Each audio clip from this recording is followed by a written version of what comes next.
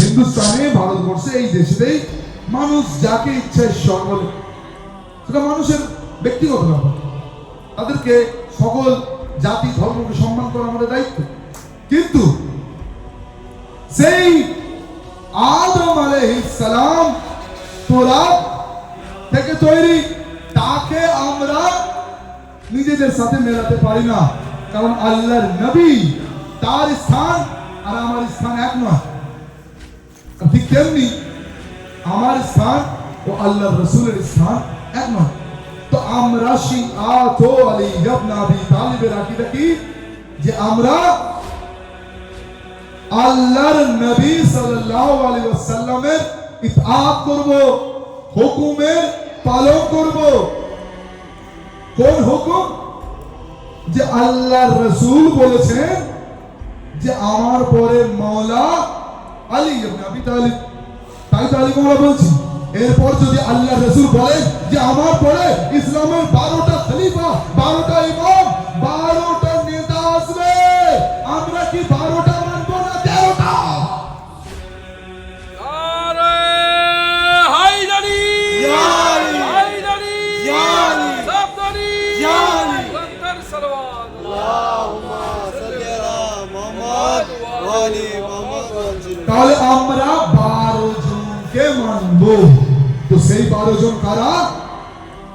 প্রথম ইমাম মাওলা আমিরুল মুমিনিন আলী ইবনে আবি তালিব আলাইহিস সালাম, দ্বিতীয় ইমাম ইমাম হাসান আলাইহিস সালাম, তৃতীয় ইমাম ইমাম হুসাইন আলাইহিস সালাম, চতুর্থ ইমাম ইমাম যাইনুল আবেদিন সাইয়্যিদুস সাজিদিন আলাইহিস সালাম, পঞ্চম ইমাম ইমাম বাকির আলাইহিস সালাম, ষষ্ঠ ইমাম ইমাম জাফর সাদিক আলাইহিস সালাম, সপ্তম ইমাম ইমাম মুসা আল কাযিম আলাইহিস সালাম, অষ্টম ইমাম ইমাম আলী আর রাদা আলাইহিস সালাম, নবম ইমাম ইমাম মুহাম্মদ তাকি আলাইহিস সালাম, দশম ইমাম ইমাম আলী নকি আলাইহিস সালাম এবং একাদশ ইমাম ইমাম হাসান আল আসকারি আলাইহিস সালাম ও 12তম ইমাম যিনি আজও জিন্দা আছেন ইমাম মুহাম্মদ আল মেহদি।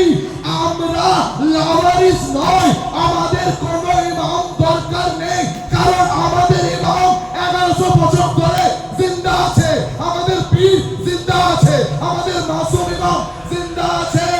আলীকে ছাড়া বাকিকে খলিফা বলে যেমন মানা হারাম, তেমনি মেহেদী থাকতে কাউকে পীর ও মুর্শিদ বলা হারাম। লব্বাইক ইয়া মাহদি لبيك يا مهدي লব্বাইক ইয়া মাহদি لبيك يا مهدي লব্বাইক ইয়া মাহদি لبيك يا مهدي হায়দারি يا علي اللهم صل على محمد وعلى محمد واجل তাহলে فرج আমরা কার? আল্লাহর রাসূলের কথা ইতাআত করব। তাহলে আমরা 12 ইমাম আলাইহিস সালামকে মানব। আর এটি আমাদের শিয়াদের আকীদা, বিশ্বাস যে 12 বাদে 13 নয়। এবার প্রশ্ন, যদি 12 বাদে 13 নয়, তাহলে মাওলানা আবুল ফজল আব্বাস আলাইহিস সালামকে কেন মানছো? আলী আকবর আলাইহিস সালামকে কেন মানছো? আলী আসগার আলাইহিস সালামকে কেন মানছো? আপনাদের মধ্যে একজন জিজ্ঞেস করছিলাম। তাহলে যে কারবালাতে শহীদ হয়েছেন তাদেরকে কি মানা যাবে না? ইয়া বাবুল হাওয়াইজ আব্বাস আলমদারকে মানা যাবে না? অত বোকা পেও না, মানুষকে বোকা বানানোর পন্থা অন্য কিছু বার করো। আপনাদের বলছি যারা বসে আছেন, মানুষকে বোকা বানাবার পন্থা অন্য কিছু বার করো।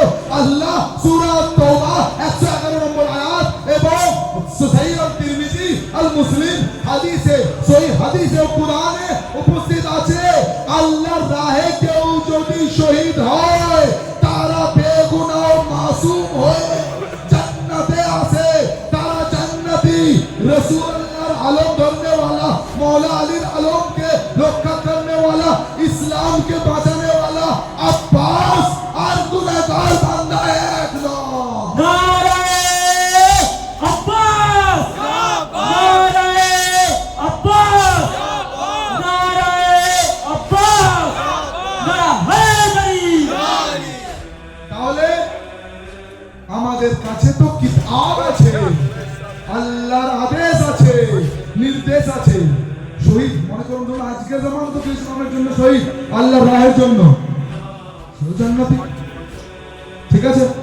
তাহলে তারা যদি জান্নাত হয়, তাহলে যারা কারবালাতে শহীদ তারা কে? যাকে ইমাম হুসাইন আলাইহিস সালাম বলছেন, এই আব্বাস তুমি আমার সিপে সালার, আমার সেনা প্রধান, যাকে মৌলা আলী ইবনে আবি তালিব আলাইহিস সালাম বলছেন, হাদা কামরু বনি হাশিম, এ বনু হাশিমের চাঁদ। যেখানে হাসান হুসাইনের মতো ইমাম থাকতে মৌলা আব্বাসকে বনু হাশিমের চাঁদ বলে মৌলা আলী বলছে, সেখানে আমি আমার সাথে আব্বাসের তুলনা করব? কোথা থেকে ইসলাম তৈরি করছেন? যারা আপনারা প্রশ্ন করছেন, কোথা থেকে তৈরি করছেন?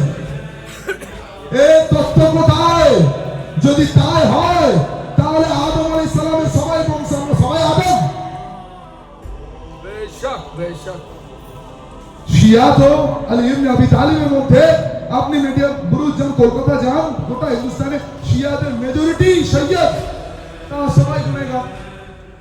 আরে ভাই আরো জানুন, হিন্দুস্তানে আপনি গিয়ে হিন্দুস্তানের সেন্ট্রাল গভর্নমেন্টকে জিজ্ঞাসা করবেন যে কটা সৈয়দ জেলের মধ্যে আছে, তারা তো মানুষ, কটা সৈয়দ জেলের মধ্যে আছে সেখানে লিস্ট পেয়ে যাবে।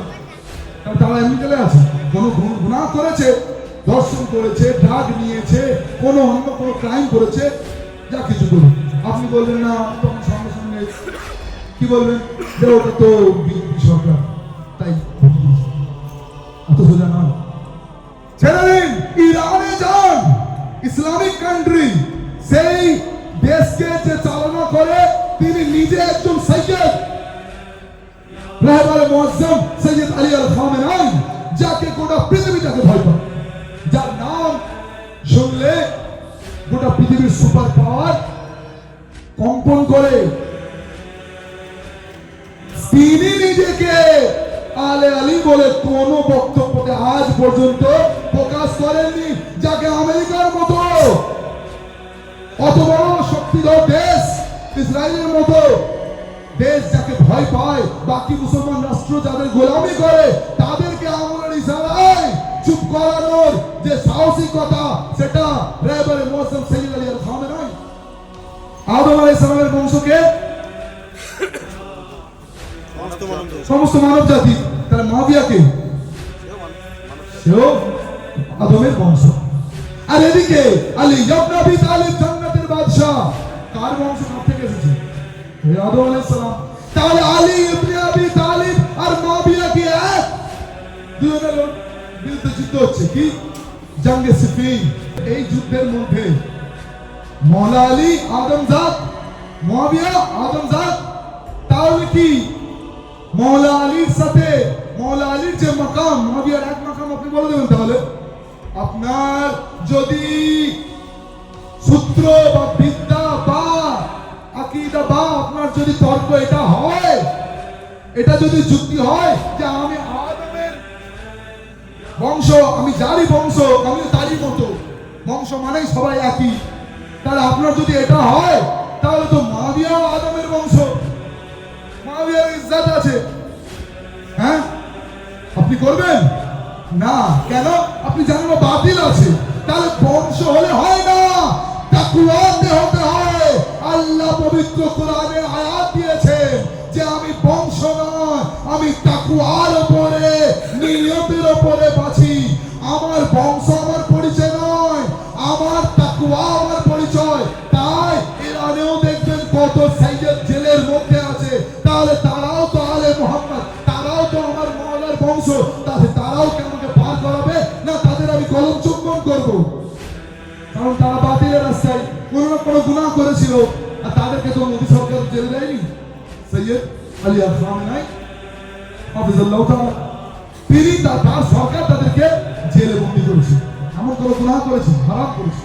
তাই তাহলে এবার আমাকে আপনারা বলবেন যে কি, পরিষ্কার করে বলুন যে যদি আমি ওইটাকে ধরে নিই যে আমার বংশ মানেই আমার মতো নয়, সেইটা যদি হয়, সূরা আল হুদ, সূরা আল হুদের আয়াত আছে, আল্লাহ তার নবী নূহ আলাইহিস সালামকে কি বলেছিলেন যে তরিতে উঠে পড়ো নাজাত পাওয়ার জন্য।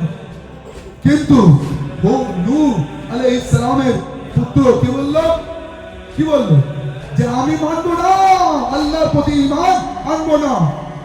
বিভিন্ন রিওয়ায়াতে বিভিন্ন রকম নাম আছে, সঠিক এখনো জানা যায়নি, কিন্তু কানআন একটা নাম আছে।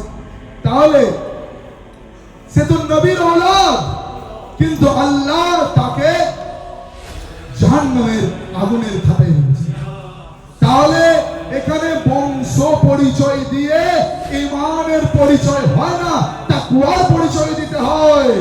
যদি তাকওয়াতে দেখি বানু উমাইয়ার ঘরানার মহিলা আবু সুফিয়ানের কন্যা মাবিয়ার বোন, সে যদি তাকওয়া পরিচয় দেয়, যে রাসূলুল্লাহর ইজ্জত করে, আর এদিকে দেখি ইমাম হাসান আলাইহিস সালামের জোজা, তিনি ইমাম হাসানকে জহর দেন, তাহলে আমরা আহলে বাইতের স্ত্রী হলো তার উপর লানত করব।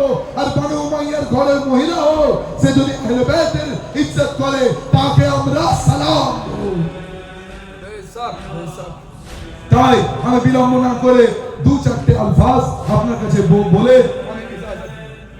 আমার কাছে হুজ্জাতুল ইসলাম ওয়াল মুসলিমিন জনাব মাওলানা সাহেব এসেছেন, আলী শাহ সাহেব, এবং ওনার মূল্যবান বক্তব্য আমরা শুনবো। অনেক দূর থেকে এসেছেন, আর এই বিষয়ের উপর আরো গভীর চর্চা আপনারা শুনলেন। কারণ আজকে চর্চা এই জন্যই জরুরি যে আজ যার জিক্র হচ্ছে, ভালো করে শুনুন, আজ যার জিক্র হচ্ছে তার জিক্রে শাহাদাতের মজলিসকে আমাদের রক্ষা করতে হবে। কারণ আজকাল ট্রেন্ড এসে গেছে জিক্রে শাহাদাতে হুসাইনের নামে জিক্রে শাহাদাতে গুনাহগার হচ্ছে। আজকে ট্রেন্ড তাই জিক্রে শাহাদাতে হুসাইনকে আমাদেরকে বাঁচাতে হবে। সেই মজলিসকে, যে মজলিসের নাম যদি হুসাইনের নামে হয় তো তারই জিকির হবে। তার বিরুদ্ধে কেউ কিতাবে লিখে যাবে যে আজাদারি হারাম, মাতম হারাম, তাজিয়া হারাম, আর আমি তাকে বলবো আলীর ঔলাদ, হুসাইনের ঔলাদ, তাকেও মানতে হবে। ইমাম বলো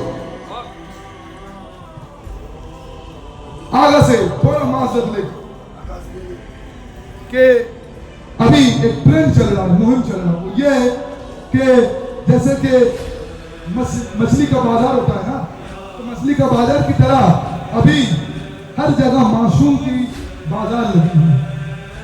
कौन सी बाजार? के